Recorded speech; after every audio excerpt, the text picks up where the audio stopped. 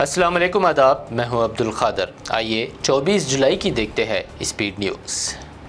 WHO نے منکی پاکس کے دنیا بھر میں بڑھتے کیسز پر جاری کیا الرٹ۔ WHO کے ڈائریکٹر ٹیڈروس نے ایمرجنسی صورتحال کا بھی کر دیا اعلان۔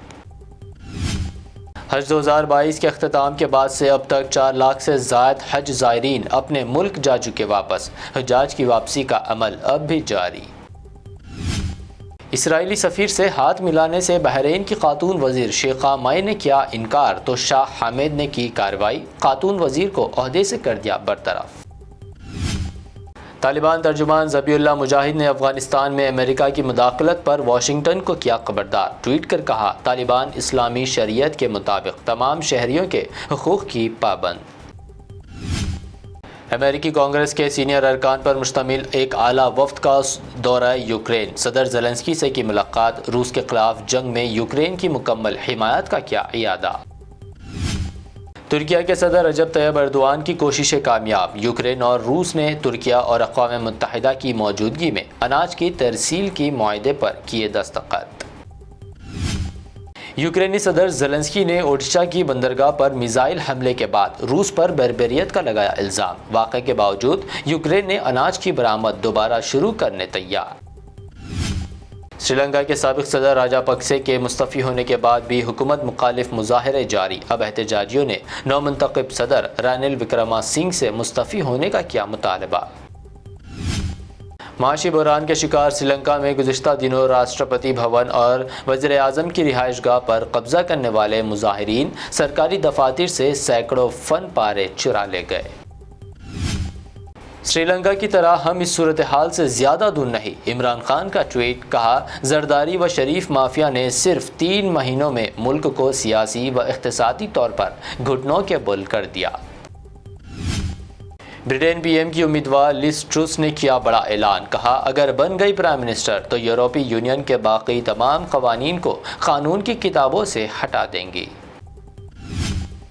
رشی سونک نے برٹین کے سابق وزیر اعظم مارگریٹ کی جائے پیدائش میں کی تقریر، وزیر اعظم بننے کے پہلے ہی ایک ویکسین اسٹال ٹاسک فورس تشکیل دینے کا کیا وعدہ۔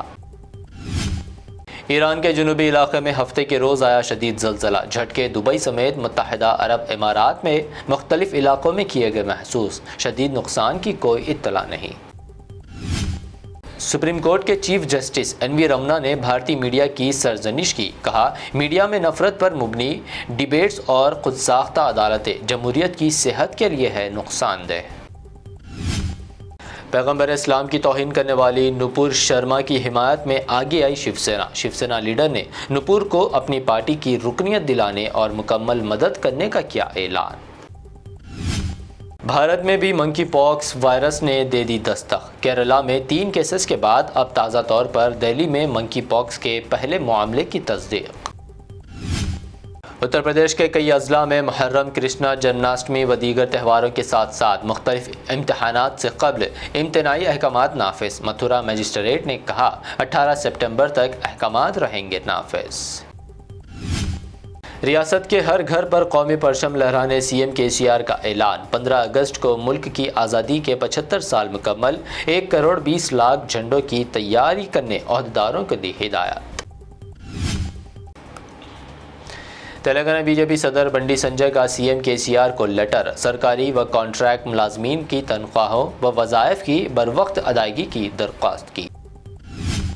شہر کی عثمانیہ یونیورسٹی کے اسٹوڈنٹس نے وائس چانسلر کے دفتر اور ایڈمنسٹریٹو بلڈنگ کے محاصرے کی کوشش کی، PSD نوٹیفیکیشن جاری کرنے کا کیا مطالبہ۔